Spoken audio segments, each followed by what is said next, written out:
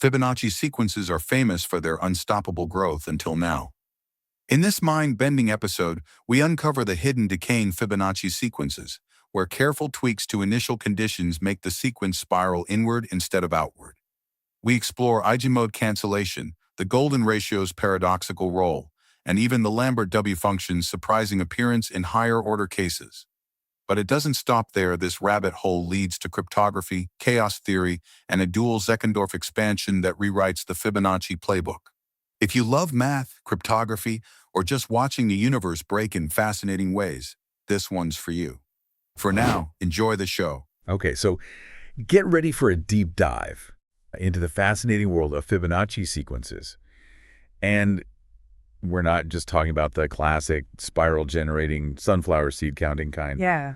But a modified version that instead of endlessly growing, actually decays to zero. You know what's intriguing about these decaying Fibonacci sequences is they challenge our usual assumptions about the Fibonacci sequence. Typically, we associate it with growth patterns found in nature, like the arrangement of sunflower seeds or the branching of trees. That's what makes it so mind-bending. Yeah. It's like discovering a secret off switch for this iconic sequence. Absolutely. It's like a way to tame its seemingly unstoppable growth. Precisely. And these research papers we're diving into explore just how by tweaking the initial conditions, we can actually make a Fibonacci-like sequence gracefully vanish after a certain point. All right, so let's break this down. Yeah. How exactly do we modify the Fibonacci sequence to make it decay? Yeah, so the papers lay out a modified Fibonacci sequence that keeps the fundamental recurrence relation. You know how each term is the sum of the previous two? But with some key changes to the starting point. Okay. Instead of starting with 0 and 1, like the classic Fibonacci sequence, Right. our modified sequence starts with f0 equals 1 plus y, Okay. and f1 equals 1 minus y raised to the power of k, where k is an integer greater than or equal to 1. Hold on, let me make sure I'm following. So we've got this y variable and a k exponent that we get to play with, right? Yeah. Or like Yeah. knobs we can adjust to control the decay. You got y is a tuning parameter, like adjusting the volume on a speaker. Okay. And k as another layer of control. Interesting. So it's still Fibonacci at its core. Yeah. But we're messing with the starting point to see if we can send it on a downward trajectory. Yeah. But why would changing the starting point have such a dramatic effect? It's still adding the previous two terms, right? That's a great question. The secret lies in a concept called Eigenmode cancellation. Think of it this way. The standard Fibonacci recurrence has two fundamental modes of behavior, one that grows exponentially and another that decays. Okay. These modes are like two ingredients in a recipe. Okay. We can adjust their proportions to change the outcome. Okay, so by tweaking y and k Yeah. in those initial conditions, Yeah. are we essentially trying to suppress that growth ingredient, Yes. leaving only the decay flavor? You're exactly right. It's like finding the perfect balance to silence the booming growth mode, Okay. allowing only the subtle but persistent decay to shine through. I'm starting to see how this works, but how do we actually find the perfect y and k values to achieve this decay? Is there a formula or method for that? There is, and the approach depends on the value of k. Let's start with a simple case, Okay. where k equals 2. Sounds good. Simple is always a good starting point for my brain to wrap itself around this. In this scenario, research shows that the solution for y is surprisingly elegant, the golden ratio itself. The golden ratio? Isn't that the very force that drives Fibonacci's growth? Yeah. It's like using fire to fight fire. It might seem paradoxical, but it's true. When k is 2, setting a equal to phi, which is approximately 1.618, Okay. effectively cancels out the growth mode. The sequence then unfolds as fn equals 1 plus phi times ci raised to the power of n, where psi is the other eigenvalue, approximately 0.618. Wow. Okay. Can we unpack that a bit? Yeah. I'm seeing some familiar Fibonacci elements there, but also some new symbols. Absolutely. Remember that the golden ratio is intimately tied to the growth behavior of the standard Fibonacci sequence. It's like the engine that propels its exponential expansion. Right. Now, psi, which is approximately united 0.618, Okay. is another special value linked to the Fibonacci recurrence. Okay.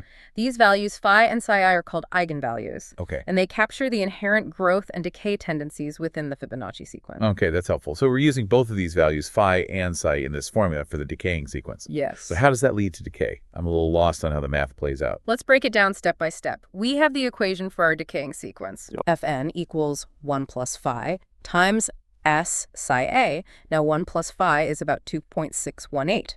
Okay. We multiply that by psi I, which is negative and less than 1 in absolute value, Okay. raised to the power of n. What happens when you raise a negative number less than 1 to increasingly larger powers? Ah, I see where you're going with this. Since psi I is negative, each term in the sequence will flip signs. And because it's less than 1 in absolute value, Yes. the terms will also get smaller and smaller as n Right. increases. Exactly. It's like a bouncing ball losing energy with each bounce eventually coming to rest. Okay. The combination of the alternating signs and the decreasing magnitude driven by that psi term forces the sequence to approach 0 over time. That's a fantastic explanation. I can really see how the math aligns with the concept of decay now. Uh-huh. But this elegant solution with the golden ratio only works for the specific case where k equals 2, right? That's right. It's a beautiful and surprising result, but it's specific to that particular value of k. So what happens when we want to explore other values of k? Say when k is 3 or 4. Does it get more complicated? It does. When we crank up the k value, things get a bit more complex. Oh. And we need to introduce the Lambert W function. The Lambert W function. Okay, now you're really testing my math muscles. I've heard whispers of this function in the hallowed halls of advanced calculus, but I'm not sure I fully grasp its powers. Don't worry, we'll take it slow and explore this function together. The Lambert W function might sound intimidating, Okay. but it's essentially a specialized tool for solving equations where the variable appears both as a base and an exponent. Okay. It's like a mathematical Swiss Army knife. Yeah. Perfect for disentangling these tricky equations. So this Lambert W function helps us untangle that mathematical knot to find the right y values for decay when we have higher k values. But before we get lost in the intricacies of that function, Sure. I'm curious, you mentioned eigenmode cancellation earlier. Can you give me a more intuitive way to understand what's happening there? I like how you describe the two modes as ingredients, but I'm still trying to wrap my head around the cancellation aspect. Absolutely. One of the papers uses a compelling analogy to wave interference in physics. Imagine two waves traveling together, Okay. one representing the growth mode of the Fibonacci sequence and the other our carefully tuned decay mode. Okay. By choosing the right yaw value, Yeah. we're essentially making these waves interfere destructively. So it's like noise-canceling headphones. Yes, But for Fibonacci sequences, exactly. we're creating a mathematical anti-wave that neutralizes the booming growth wave, leaving only the subtle decay ripple. That's a great way to visualize it. And this analogy highlights a crucial point. Eigenmode cancellation isn't limited to Fibonacci sequences. Oh. It's a broader principle that can apply to many systems with competing modes of behavior. Okay, so we're not just exploring a mathematical quirk of Fibonacci, Right. but potentially a more fundamental principle that governs how systems change over time. That's pretty mind-blowing. Exactly.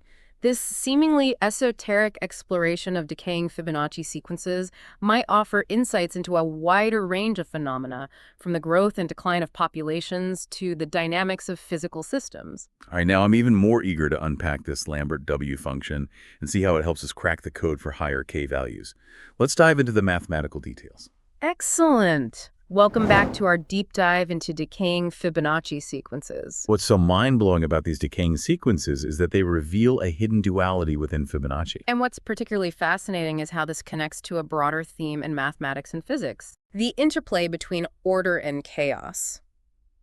But before we get too lost in philosophical musings, can we bring it back to some of the concrete results presented in those research papers? Absolutely. I'm particularly intrigued by those numerical simulations and visualizations they mentioned. Absolutely. Those simulations are crucial for validating the theoretical predictions and gaining a deeper intuitive understanding of how these decaying sequences behave. One of the papers describes using high-precision numerical computations to confirm the analytical results, especially for cases where k is greater than 2 and we need the Lambert W function. I remember you mentioning those high-precision calculations. Why are they so important in this context? Can't we just plug the formulas into a calculator and get the answers? Remember that the Lambert W function is a transcendental function, Right. which means it can't be expressed using a finite combination of elementary operations, Yeah. like addition, multiplication, and exponentiation.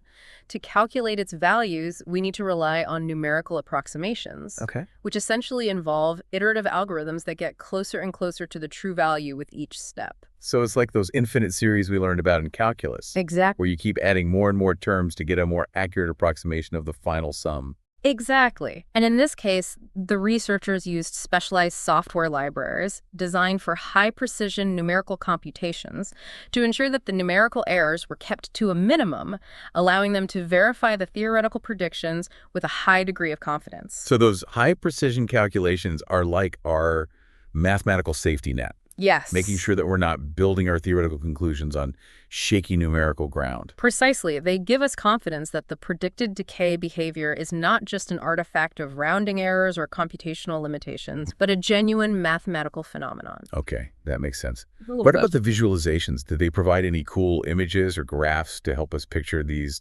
decaying sequences? They did. Several of the papers included plots showing how the sequence values evolve over time for different values of k and y. Oh, One particularly striking visualization showed the sequence values spiraling inward towards zero as an increase like a mathematical whirlpool draining away into nothingness. wow, that's a vivid image. Hmm. So instead of the outward spiral we usually associate with Fibonacci growth, we're seeing an inward spiral representing decay. Precisely. It's a powerful visual representation of how those carefully chosen initial conditions can completely reverse the usual behavior of the sequence. I can almost picture it in my mind's eye, this beautiful swirling vortex of numbers gradually being pulled down towards zero. Did they create any other visualizations? Yes. Another visualization technique they used was to plot the ratio of the sequence values to the expected decay rate, Okay. which is given by 1 plus y times psi I raised to the power of n. For the cases where the theoretical predictions hold true, Right. this ratio should approach 1 as n gets larger, indicating that the sequence is indeed decaying at the predicted rate. Okay, so it's like a mathematical reality check. We're comparing the actual behavior of the sequence to what our theoretical model predicts. Right. And if they match up, we can be confident that our model is accurately capturing the underlying dynamics. Exactly. And the plots in the papers showed that for those special y values we derived, the ratio did indeed converge to 1, confirming that the sequence was decaying as expected. That's reassuring. It's always nice when the theory and the simulations align. Did the papers mention any limitations or potential problems with these numerical approaches? They did. One point they emphasized was the importance of carefully choosing the numerical methods and software libraries used for these calculations. Okay. For example, standard floating point arithmetic, which is the way computers typically represent real numbers, Right. can introduce rounding errors that accumulate over time, especially for iterative algorithms like those used to compute the Lambert W function. Those tiny rounding errors can snowball and lead to inaccurate results, Yes. especially if we're dealing with very large numbers or very long sequences. Precisely. That's why the researchers emphasize the need for high-precision arithmetic libraries, Okay. which use more bits to represent numbers and employ sophisticated algorithms to minimize rounding errors. So it's like using a finer-grained ruler to make more precise measurements. Exactly. We need the right tools for the job, especially when dealing with these delicate mathematical calculations. Absolutely. And they also pointed out that numerical simulations are just one piece of the puzzle. While they're essential for validating and visualizing the theoretical predictions, they don't necessarily provide a complete understanding of the underlying mathematical mechanisms at play. It's like watching a magic trick. Yes. We see the amazing outcome, but we don't necessarily understand how the magician pulled it off. Exactly. So numerical simulations should always be accompanied by rigorous mathematical analysis and proofs Right. to ensure that we have a deep and comprehensive understanding of the phenomena we're studying. Okay, so we need a balance of theoretical insights and numerical validation to fully grasp the mysteries of these decaying Fibonacci sequences. Precisely. And this interplay between theory and computation is a common theme in many areas of modern science and mathematics. Yeah. We need both to make progress and uncover new knowledge. That's a great reminder. Yeah. So where do we go from here? What are the next steps in this ongoing Fibonacci adventure? One obvious direction is to continue exploring the theoretical implications of these discoveries. Okay. For example, one of the papers posed several open questions and future directions for research. Like what I'm always curious to hear about unanswered questions, especially in a field as seemingly well-trodden as Fibonacci sequences? One question was whether this Eigenmode cancellation technique could be generalized to other recurrence relations. Okay. Remember, we focused specifically on the Fibonacci recurrence relation. Right. But there are countless other types of recurrence relations out there. Recurrence relations are essentially just mathematical recipes for generating sequences, Exactly. where each term is defined in terms of the previous terms. Yeah. And the Fibonacci sequence with its simple add the previous two terms rule is just one example. Exactly. So the question is whether the same principle of manipulating initial conditions to achieve decay could be applied to other types of recurrences, Okay. potentially opening up a whole new world of decaying sequences with unique properties and applications. That would be amazing. It's like taking the blueprint we developed for decaying Fibonacci sequences and using it to build other mathematical structures. What other open questions did they mention? Another question they raised was about the robustness of this cancellation mechanism under perturbations. In our idealized mathematical model, Yeah. we assumed that the initial conditions were perfectly specified. But in the real world, there's always noise and uncertainty. Nothing is ever perfectly precise. There are always going to be slight deviations or fluctuations. How do those imperfections affect the behavior of these decaying sequences? Do they still decay as predicted, or do they go haywire? That's exactly the question. Yeah. The paper suggests performing a stability analysis to see how sensitive the cancellation mechanism is to small perturbations in the initial conditions. Stability analysis. Can you elaborate on that? It sounds a bit like we're testing the structural integrity of a bridge. A good analogy, a stability analysis in this context, Yeah. involves investigating how the behavior of the sequence changes when we slightly tweak those initial values. Do the sequences still decay as predicted, Okay. or do they veer off course? Essentially, we're assessing how resilient the decay behavior is to those inevitable imperfections we encounter in the real world. So it's like testing the resilience of our mathematical model. If it falls apart at the slightest disturbance, it's not going to be very useful in the real world. Precisely, and understanding how sensitive the system is to perturbations can help us design more robust and reliable applications, Okay. taking into account the inevitable uncertainties we face in real-world scenarios. Makes sense. What other research directions did they suggest? In addition to those theoretical explorations, they also highlighted the need for more practical investigations, Okay. especially in fields like cryptography. For example, they proposed developing concrete implementations of those cryptographic primitives we discussed earlier, Okay. like one-way functions and pseudo-random number generators using decaying Fibonacci sequences. It's one thing to have a cool mathematical idea, but it's another thing entirely to turn it into a working cryptographic tool. So we need to bridge the gap between theory and practice. Exactly. So the next step is to take those theoretical concepts and translate them into real-world algorithms and protocols, Okay. carefully analyzing their performance, security, and efficiency. This involves collaborating with computer scientists and cryptographers to bring those mathematical ideas to life. So we need both mathematicians and computer scientists working together to bridge the gap between theory and practice. Yes, It's like a team of architects and engineers collaborating to build a skyscraper. a perfect analogy, and they also emphasize the importance of collaboration with researchers in other fields like Okay. physics and engineering to explore potential applications of these decaying sequences in those domains. Okay, so we're talking about a truly interdisciplinary effort to unlock the full potential of these discoveries. It's exciting to think about how these mathematical insights could ripple out and impact diverse fields. Precisely. And I believe this kind of collaborative, cross-disciplinary approach is essential for pushing the boundaries of knowledge and making meaningful progress in understanding and harnessing the power of complex systems. I'm certainly excited to see what the future holds for these decaying Fibonacci sequences.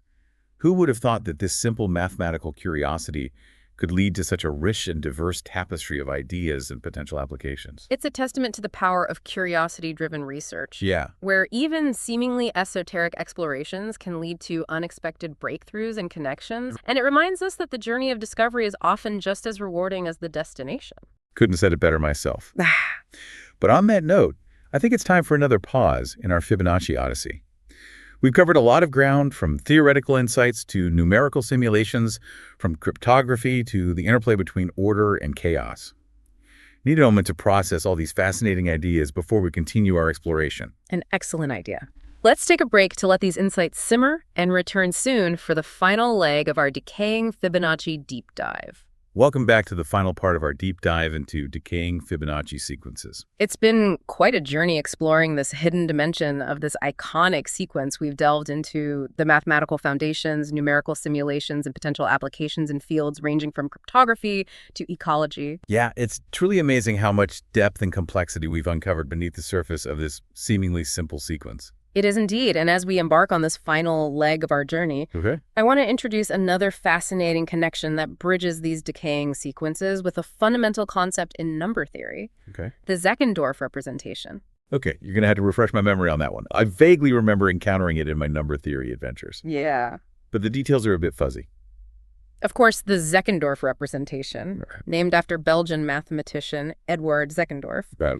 states that every positive integer can be uniquely represented as a sum of distinct non-consecutive Fibonacci numbers. So instead of writing 10 as 5 plus 5, Yes. we'd write it as 8 plus 2, using the Fibonacci numbers 8 and 2. Precisely. And what's remarkable is that this representation is unique. Okay. There's only one way to express any given positive integer as a sum of non-consecutive Fibonacci numbers. It's like a secret code embedded within the natural numbers. That's pretty cool. It's like the Fibonacci sequence provides a unique set of building blocks for constructing all positive integers.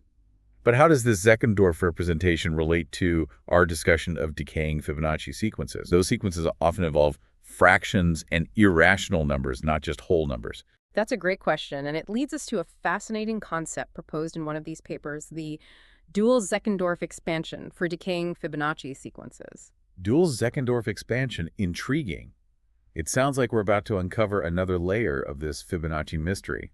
Essentially, the idea is that under the right conditions, each term in a decaying Fibonacci sequence can be uniquely represented as a possibly infinite sum of non-consecutive Fibonacci numbers, just like in the classical Zeckendorf theorem. Wait a minute. So we're taking these decaying sequences, which might involve numbers like 1.618 or negative 0.618, and expressing them using a whole number of Fibonacci numbers. How's that even possible? It might seem counterintuitive, but the paper provides a framework for normalizing these decaying sequences, enabling us to apply this dual Zeckendorf expansion. Normalizing, does that mean we're adjusting the scale of the numbers in the sequence, like stretching or shrinking them to fit a certain range? Exactly. They introduce a normalization factor that scales the terms in the decaying sequence, allowing them to be mapped onto a unique combination of Fibonacci numbers, even if the original terms weren't integers. Okay, my brain is doing somersaults. Try to picture this. So we're taking these potentially messy, non-integer terms in the decaying sequence, adjusting their size, and then somehow finding a way to express them using those neat whole number Fibonacci building blocks. You've got it. And what's fascinating is that this dual representation reveals a deep symmetry within the Fibonacci framework. Okay. The classical Zeckendorf representation captures the growth aspect of Fibonacci, how it builds up any positive integer. It's like using those Fibonacci building blocks to construct towers that reach for the sky. Precisely. But this dual Zeckendorf expansion for decaying sequences focuses on the opposite. Okay. The subdominant eigenvalue, the aspect that pulls the sequence towards zero. It's like we're using those same building blocks to create structures that descend gracefully towards the ground. So it's like we've discovered a hidden mirror image of the Fibonacci sequence reflecting its decay behavior instead of its growth. It's as if we flipped the script on Fibonacci, revealing its hidden talent for graceful descent. A beautiful way to put it, and the fact that we can still express these decaying sequences using those same fundamental Fibonacci building blocks hints at a profound connection between these seemingly opposite aspects of the sequence. That's mind-blowing. The yin and yang of Fibonacci are inextricably intertwined, each aspect, complementing and defining the other. This is truly an elegant and unexpected connection. Indeed. And this realization opens up exciting new avenues for research. The paper highlights several open problems and questions related to this dual Zeckendorf expansion. I'm all ears. I love a good mathematical mystery, especially one that delves into the hidden depths of Fibonacci. One challenge is to develop a more rigorous mathematical framework for this normalization process. We need to clearly define the conditions under which it's valid. Right. And explore its mathematical properties in more detail. So it's like we've built a bridge between these decaying sequences and the world of Fibonacci numbers.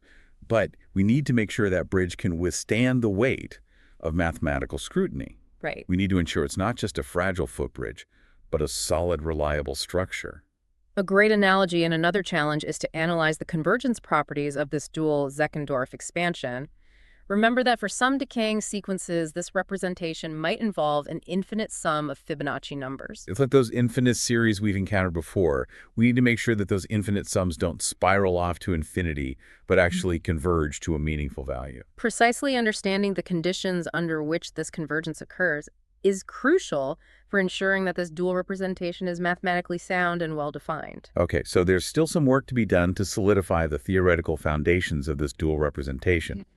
But did the researchers suggest any practical applications for this intriguing concept? They did. One potential application they highlighted is in signal processing, specifically in reconstructing signals from their decaying components. Signal processing. I'm having trouble picturing how this dual Zeckendorf expansion would play out in that context. Can you paint me a picture? Imagine a signal like a sound wave or an image that's gradually fading away over time. Like an echo fading in the canyon, or a photograph slowly yellowing with age. Exactly. Now, using this dual Zeckendorf expansion, we might be able to decompose that decaying signal into a combination of Fibonacci-related basis functions. Okay, you've used the term basis functions a couple of times now. Yeah. Can you break down what those are? My mathematical vocabulary needs a little refresh. Think of basis functions as a set of fundamental building blocks for constructing more complex functions. Okay. They're like Lego bricks for building elaborate mathematical structures. Ah, I see. So we're breaking down that fading signal, that echo, or that old photograph, into its Fibonacci Lego bricks, each brick representing a specific Fibonacci-related component. Exactly. And by analyzing the coefficients of those Fibonacci basis functions, which tell us how much of each brick is present in the signal, we might be able to extract valuable information about the original signal even as it fades away. Fascinating. It's like we're using the language of Fibonacci to decode the secrets hidden within those decaying signals, piecing together the original picture from its fading fragments. It's like a mathematical restoration project. A wonderful way to think about it. And beyond signal processing, the researchers also suggested exploring potential applications in cryptography, specifically in designing secure one-way functions based on this dual Zeckendorf representation. Ah, so it's back to those mathematical locks and keys. We're using the unique properties of these decaying sequences and their connection to Fibonacci numbers to create secure ways to protect information. Precisely. The idea is that the process of mapping a decaying Fibonacci sequence onto its dual Zeckendorf representation could be engineered to be computationally one-way. Okay. Easy to do in one direction, but extremely difficult to reverse. So even if someone knew we were using this dual Zeckendorf representation, they would still have a hard time cracking the code and recovering the original sequence. It's like a mathematical safe with a Fibonacci combination lock. Exactly, and this one-way property is a cornerstone of many cryptographic systems, providing a foundation for secure communication and data protection. It's fascinating how a seemingly abstract concept like this dual representation can have such concrete implications for cybersecurity. It's truly remarkable. We touched on some really cool concepts like Eigenmode cancellation, the role of the golden ratio, and how Zeckendorf representations come into play. Yeah. But after some additional analysis and some more numerical experiments, we've realized we glossed over a few important details. Yeah. Particularly when it comes to Zeckendorf representations and negative numbers. We focused mainly on positive integers, and it turns out that classic Zeckendorf representation, which works beautifully in that realm, hits a bit of a snag when we try to apply it to negative numbers and their Negafibonacci counterparts. Okay, so we need to talk about Negafibonacci. Yes. That sounds intriguing. It is. But before we get into the nitty-gritty, can you remind us quickly what makes this decaying Fibonacci sequence so special in the first place? Certainly. Imagine the classic Fibonacci sequence, where each number is the sum of the two preceding ones. Typically, this leads to exponential growth. But with the slight modification to the initial conditions. Instead of spiraling upwards, the sequence spirals inwards, eventually converging towards zero. So it's like a plant that keeps growing, but has a built-in limit. Precisely. So it never gets too big. And what's fascinating is that this decay arises from the interplay of the Fibonacci rule itself. And the specific initial values we choose. It's a delicate balance that leads to this unexpected behavior. That's really neat. Yeah. So where does Negafibonacci fit into all of this? It turns out that understanding how the Fibonacci sequence behaves with negative numbers is key to understanding this decay more fully. Negafibonacci essentially extends the Fibonacci sequence to negative indices. Instead of starting with 0 and 1, we go in reverse. 1, 9 of 1, 2, 9 of 3, 5, 9 of 8, and so on. Each number is still the sum of the two before it, but with alternating signs. I'm already sensing some wave-like vibes here with those alternating signs. Yes. But how does this tie back to the decaying sequence and the Zeckendorf representations we were talking about? Remember, the Zeckendorf representation lets us express any positive integer as the sum of distinct non-consecutive Fibonacci numbers. For example, 10 can be represented as 8 plus 2, both Fibonacci numbers. This unique representation is a powerful tool for analyzing the structure of the Fibonacci sequence. It's like a unique fingerprint for each number based on the Fibonacci sequence. Exactly. But here's the catch. Okay. The standard greedy algorithm we use to find these representations assumes we're working with positive integers and positive Fibonacci numbers. Okay. When we shift gears to negative numbers and Negafibonacci, this assumption no longer holds. So our trusty algorithm, which worked so well before, starts to falter Yeah, when we try to apply it to this extended sequence. precisely. Let's take an example. Say we want to find the Negafibonacci representation of -50. All right. Using the naive, greedy approach, we'd start by selecting the largest Negafibonacci number smaller than -50, Okay. which is -34. Makes sense. Then we'd subtract -34 from -50, leaving us with -16. Right. What happens next? Following the greedy algorithm, we'd pick -13 as the next largest Negafibonacci number smaller than -16. However, this immediately breaks the golden rule of Zeckendorf representations. Yeah. No consecutive Fibonacci numbers allowed. Ah, I see the problem now. Yes. By picking -13, we've ended up with both -4 and -13 in our representation. Yes. Which violates the non-consecutive rule. That's right. So our initial assumption about the greedy algorithm working flawlessly needs some refining. You got it. And it gets worse. Oh. Even if we continue adding more Negafibonacci numbers, Yeah. we'll never reach -50 exactly. Yeah. This discrepancy indicates that our representation is incorrect. So this Mega50 example exposes a flaw in our naive greedy algorithm when dealing with Negafibonacci. Exactly. Does this mean we have to abandon the whole greedy approach when working with these negative Fibonacci numbers? Not necessarily. Or are there ways to fix it? There are a couple of ways to address this issue and ensure we get accurate Negafibonacci representations, which we'll dive into after a quick break. Great. I'm looking forward to it. All right, so we've hit a snag with our greedy algorithm when it comes to representing negative numbers using Negafibonacci. Yeah, It sounds like we need a more sophisticated approach. we do.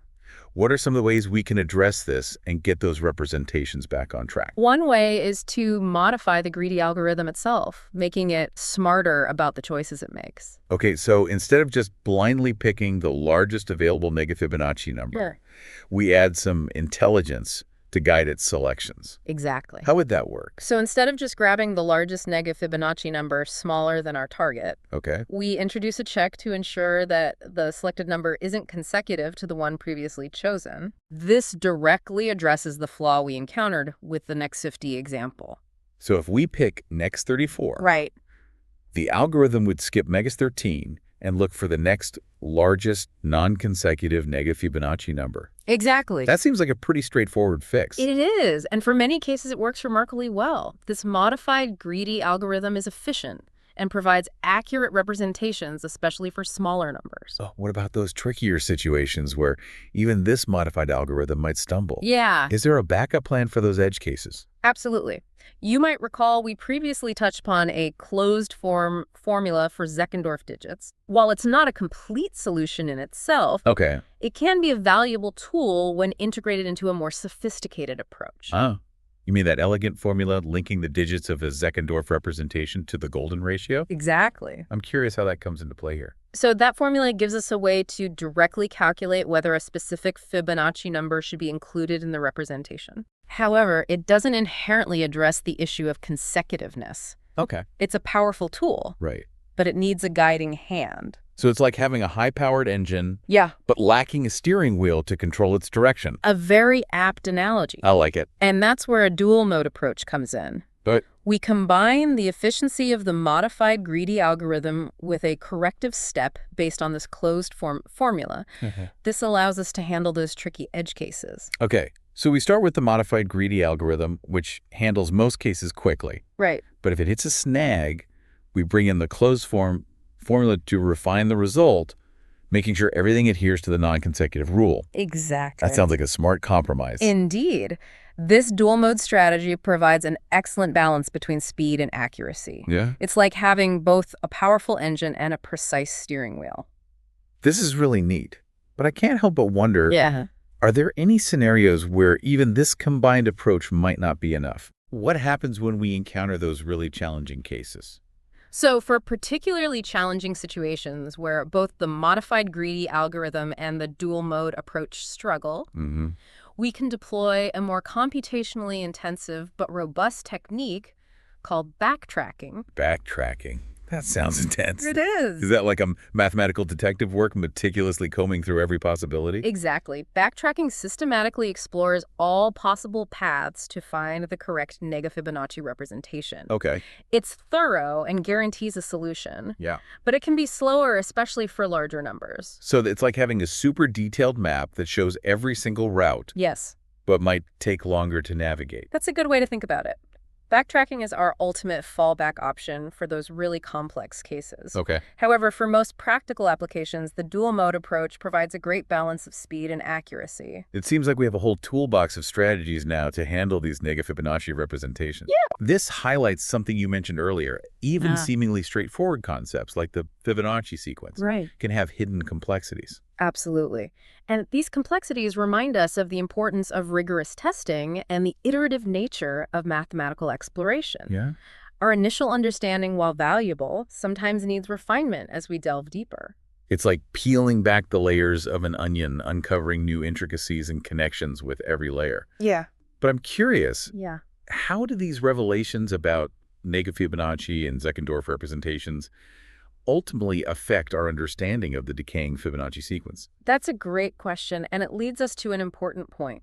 These insights into Negafibonacci and the limitations of the naive, greedy algorithm don't invalidate our previous findings about the decaying sequence itself. Okay. The core concept of a Fibonacci sequence converging to zero remains valid and fascinating. So it's not that the phenomenon of decay is wrong, but rather our method of representing those decaying values needed some refinement. Precisely. The decaying sequence is still a captivating phenomenon.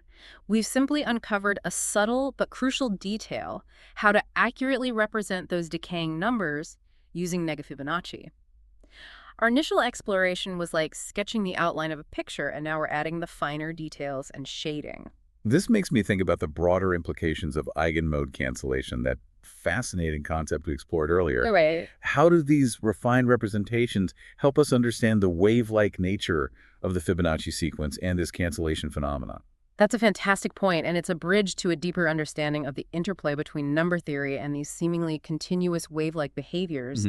To explore this further, we need to delve into a concept called dual Zeckendorf expansion. Dual Zeckendorf expansion. All right. I think that's a great place to pick up in the next part of our deep dive. I agree. Okay, I'm really intrigued by this idea of a dual Zeckendorf expansion. Yeah. It sounds like it could be a key to understanding how these decaying sequences, with all their quirks and complexities, connect back to the familiar world of Fibonacci numbers. It is, think of it this way. We're essentially trying to represent these decaying Fibonacci numbers, which often involve fractions or even irrational values, Right. using the language of Fibonacci numbers themselves. So it's like we're creating a dictionary that translates between the world of decaying sequences and the world of integers, using Fibonacci numbers as the common language. That's a great analogy.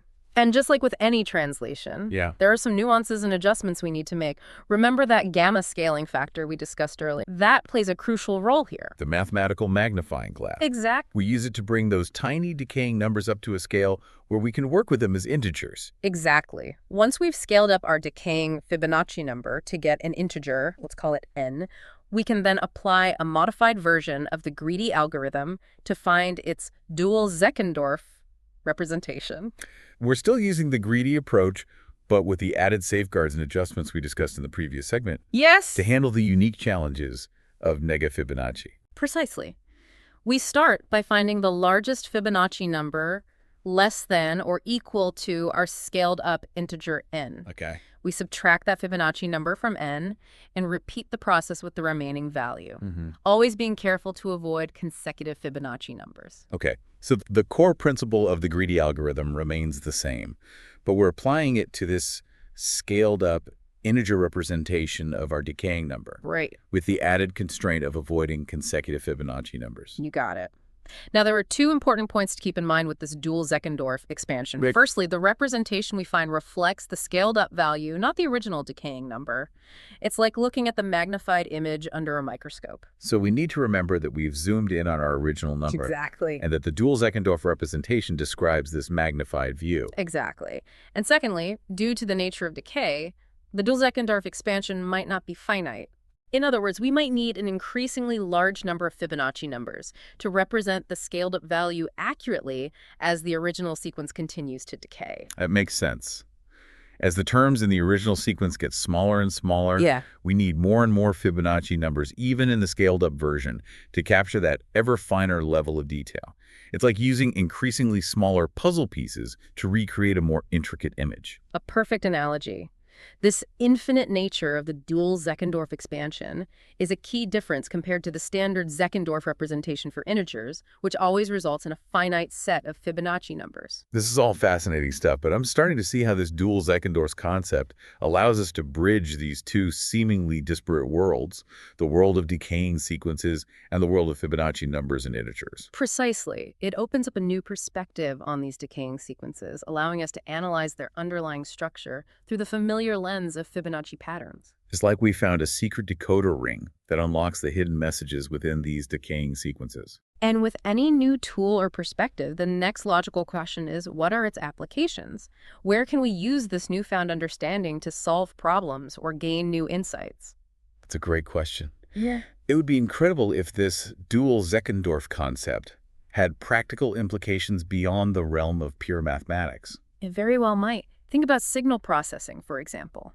Imagine a signal like a sound or a light wave that decays over time, much like our decaying Fibonacci sequence. Using the dual Zeckendorf expansion, we could potentially break down that complex signal into its fundamental Fibonacci-like components. So instead of representing a sound wave as a combination of sine waves, which is the typical approach, Right. we could represent it using a combination of Fibonacci-like patterns. That sounds revolutionary. It's an intriguing possibility. By understanding the inherent Fibonacci-like structure of a decaying signal, we might be able to develop new and more efficient ways to process, compress, or analyze those signals. It's amazing to think that these abstract mathematical concepts could have tangible applications in fields like telecommunications, audio engineering, or even image processing. And those are just a few examples. The potential applications of the dual Zeckendorf expansion extend beyond signal processing. Really? It could also have implications for cryptography, where the unpredictable nature of decaying sequences could enhance encryption algorithms. So we could be adding a layer of Fibonacci-flavored randomness to our secret codes. That's a pretty cool thought. Indeed. And even beyond these specific applications, Yeah. the dual Zeckendorf expansion represents a bridge between seemingly distinct areas of mathematics connecting number theory, linear algebra, and the study of complex systems. It's a beautiful illustration of how mathematics is a tapestry of interconnected ideas. The more we explore, the more we discover these fascinating connections and unexpected applications. Exactly. The journey of mathematical exploration is a continuous process of discovery, refinement, and connection building. I think our listeners will agree that this has been an incredibly insightful dive into the world of decaying Fibonacci sequences. We start by revisiting a seemingly familiar concept, Yeah. only to uncover hidden complexities and surprising connections. And through this exploration, we've seen how even trodden mathematical ground can still hold mysteries, and how the pursuit of deeper understanding can lead to unexpected and potentially groundbreaking applications. To our listeners, we encourage you to continue exploring the fascinating world of mathematics. Don't be afraid to challenge assumptions. Delve into the intricacies and embrace the beauty and interconnectedness of this incredible field. Who knows what you might discover? Until next time, keep those minds curious.